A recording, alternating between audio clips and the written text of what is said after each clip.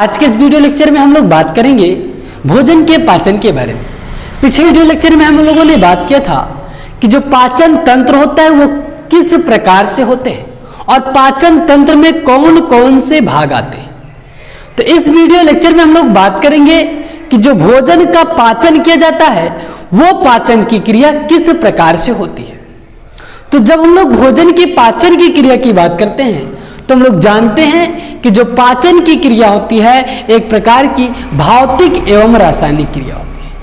भौतिक क्रिया का मतलब क्या होता था कि दांतों के माध्यम दबाया जाए, कूटा जाए, उसको हम लोग बोलते थे भौतिक क्रिया, और साथ ही उसके कुछ एंजाइम को मिलाया जाए तो उसको हम लोग बोलते थे रासायनिक क्रिया। अब जो पाचन की क्रिया होती है, ये पाचन की क्रिया जो है बच्चों मुख से प्रारंभ होती है और ये जाती है गुदा द्वार तक, और यहाँ तक जो है पूर्ण रूप से भोजन का पाचन हो जाता है। और जब पूर्ण रूप से भोजन का पाचन हो जाता है तो उसके बाद जो है इसको हम लोग जो अपशिष्ट पदार्थ बचता है उसको गुदा द्वार के माध्यम से बहिष्कृत कर दिया जाता है। तो आइए हम लोग बात करते हैं जो भोजन के पाचन की जो शुरुआत होती है वो भोजन के पाचन की शुरुआत मुख गुहा से होती है। तो आइए हम लोग बात करने वाले हैं मुख गुहा में पाचन के बारे में।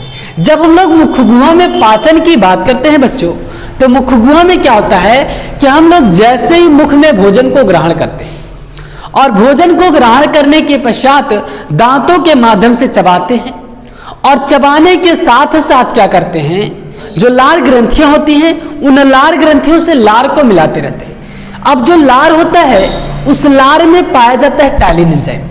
अब जो टाइलिन एंजाइम होता है उस टाइलिन एंजाइम के द्वारा क्या किया जाता है, जटिल मंड के अणु रहते हैं उसको सरल शर्करा के अणु में बदल दिया जाता है, और बदलने के पश्चात क्या किया जाता है बच्चों कि जो भोजन रहेगा उस भोजन को बिल्कुल लेई बना दिया जाएगा, और लेई और श्लेष्मीय साथ में बनाने के बाद उस भोजन को क्या किया जाता है, मुख गुहा से जो है ग्रास नली के माध्यम से भेज दिया जाता है आमाशय में। अब चूंकि हम लोग जानते हैं कि जो ग्रास नली होती है उसमें किसी भी प्रकार का पाचक एंजाइम ना पाचक ग्रंथियां कोई भी नहीं पाई जाती। इसका काम केवल यही होता है, जो ग्रास नली होती है ये क्या करती है, मुख से भोजन को आमाशय में पेट में पहुंचाने का कार्य करती है। तो आइए हम लोग अगला बात करने चल रहे हैं आमाशय में पाचन के बारे में। तो जब हम लोग आमाशय में पाचन की बात करते हैं तो आमाशय में क्या होता है बच्चों कि जो भोजन रहता है वो भोजन क्रमाकुंचन के माध्यम से, मतलब क्रमाकुंचन के माध्यम से क्या होता है, पिसता रहता है। और जब पिसता रहता है भोजन तो उसके साथ साथ इस आमाशय में पाया जाता है HCl, और HCl जो होता है वो क्या करता है, जो भोजन में जीवाणु रहते हैं उन जीवाणुओं को नष्ट करता है। साथ ही बात कर ले जो भोजन होता है उस भोजन को सड़ने से बचाता है। अब हम लोग बात कर लेते हैं इसके साथ ही जो जठर रस होता है वो जठर रस क्या करता है, उस जठर रस से एंजाइम निकलती है, वो दो एंजाइम निकलती है। सबसे पहला होता है बच्चों जिनको हम लोग रेनिन बोलते हैं। जो रेनिन होता है ये क्या करता है, दूध को दही के रूप में परिवर्तित कर देता है। साथ ही हम लोग बात कर लें जो पेप्सिन होता है, ये पेप्सिन क्या करता है कि जो प्रोटीन होता है इस प्रोटीन को पेप्टोन में तोड़ देता है, और ये जो पाचन की क्रिया होती है ये आमाशय के अंदर होती है।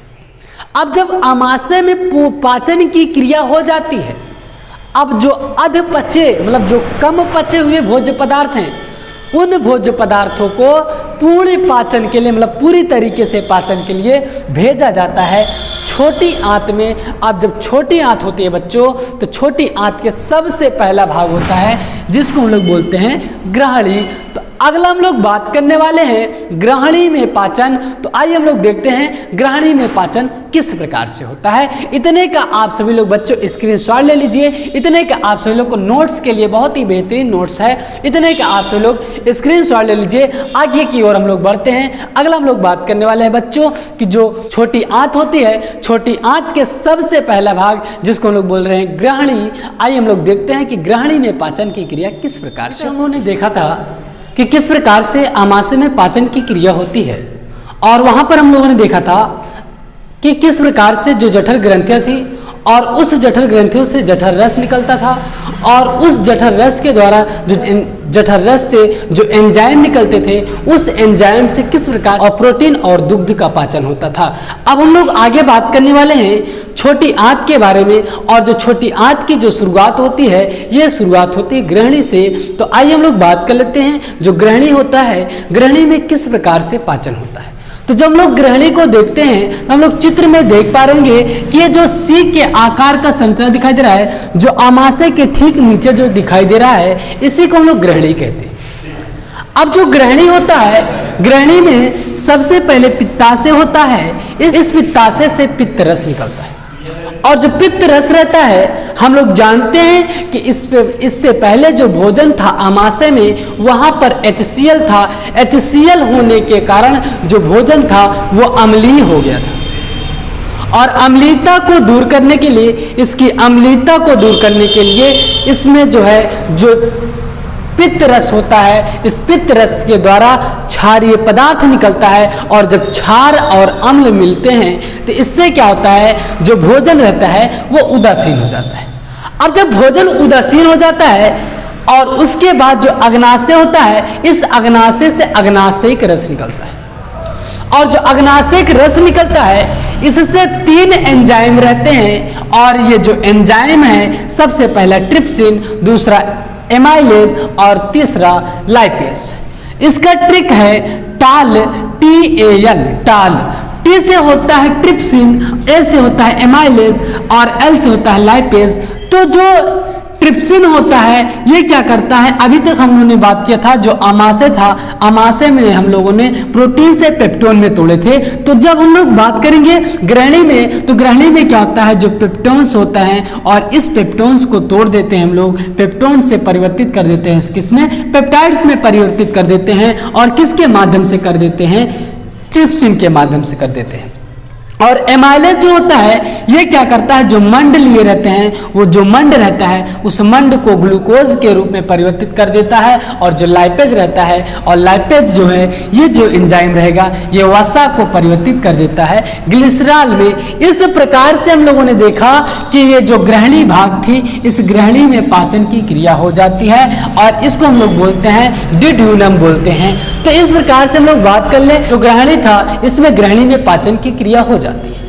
अब अगला है, अगले की जब हम लोग बात करेंगे, जज्यूनम की बात करेंगे। ये जो जज्यूनम है, इस भाग में क्या होता है कि जज्यूनम रहेगा, इस भाग में क्या होता है कि जो भोजन आता है, इसका कार्य होता है, जो भोजन रहेगा उस भोजन को फैलाने का कार्य करता है, जो पदार्थ रहेंगे उन पदार्थों को फैलाने का कार्य करता है। तो इसका मतलब हुआ कि इसका कार्य क्या होता है, भोजन के फैलाने का कार्य करता है।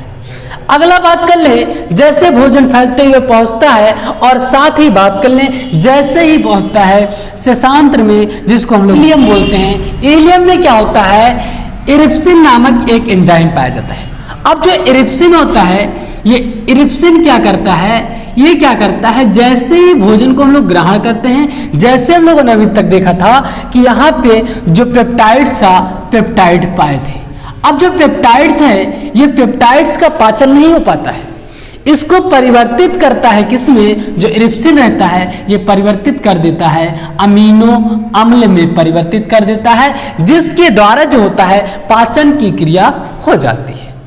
जैसे ही भोजन के पाचन हो जाता है, फिर क्या होता है कि जो श्वसनांत्र होता है, इस भाग में कुछ उंगली से उभारनुमा संरचना निकली रहती हैं, और इस संरचना को हम लोग बोलते हैं रसांकुर कहते हैं। और ये जो रसांकुर रहते हैं, जितने भी पोषक पदार्थ रहते हैं, जितने भी पोषक पदार्थ, विटामिन, कार्बोहाइड्रेट, वसा, जो भी रहते हैं, इन सभी को अवशोषित कर लेता है, और अवशोषित करता है, और रुधिर के माध्यम से पूरे शरीर में भेज देता है। तो इस प्रकार से बात कर लिया जाए बच्चों, जो पाचन की क्रिया होती है, ये पूरी हो जाती है। लेकिन जो पाचन की क्रिया पूर्ण हो जाती है, तो पाचन की क्रिया पूर्ण होने के पश्चात भोजन भेज दिया जाता है बड़ी आंत में। जैसे ही बड़ी आंत में आता है, तो इसमें जो आंत जल का अवशोषण करता है। किसका अवशोषण करता है बच्चों, जल का अवशोषण करता है और अवशोषण करने के पश्चात क्या करता है, जो अपशिष्ट पदार्थ रहते हैं उन अपशिष्ट पदार्थों को गुदा द्वार के माध्यम से शरीर से बहिष्कृत कर दिया जाता है। तो इस प्रकार से बात कर लिया जाए, जो पाचन की क्रिया होती है ये पूर्ण हो जाती है। आइए बच्चों, हम लोग प्रैक्टिकली समझते हैं कि आहार नाल में पाचन किस प्रकार से होगा। तो बात कर लेते हैं, ये पूरा आहार नाल हो गया बच्चों। सबसे पहले क्या होगा, जैसे बात कर ले कि ये मुख गुहा है और इस मुख गुहा में हम लोग भोजन को प्रवेश कराते हैं। जब भोजन को हम लोग प्रवेश कराते हैं तो ये सबसे पहले ग्रहणी से होते हुए ये आमाशय में आता है और आमाशय में आने के बाद जो है ये ग्रहणी में पहुंचता है और ग्रहणी में क्या होता है दोस्तों, पित्ताशय और अग्नाशय रस निकलता रहता है। इस प्रकार से पाचन की क्रिया होती रहती है और जब पाचन की क्रिया होती रहती है तो धीरे धीरे पाचन की क्रिया होते होते ये पहुंचता है बड़ी आंत की ओर पहुंचता है।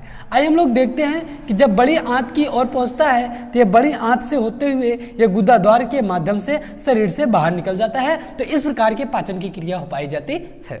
बच्चों, वीडियो कैसा लगा? वीडियो अच्छा लगा तो वीडियो को लाइक करें और चैनल को सब्सक्राइब करें, साथ ही दोस्तों के साथ शेयर करें। मिलते हैं इसी प्रकार से अगले वीडियो के साथ।